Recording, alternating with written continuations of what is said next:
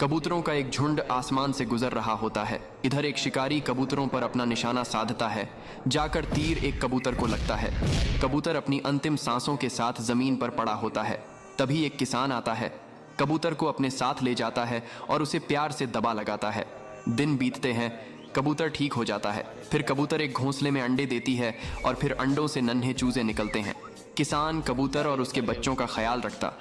और एक दिन किसान गायब हो गया। कबूतर ने हर जगह किसान को ढूंढा, लेकिन कहीं भी पता न चला। कबूतर अब रोने लगता है। फिर लाइक सब्सक्राइब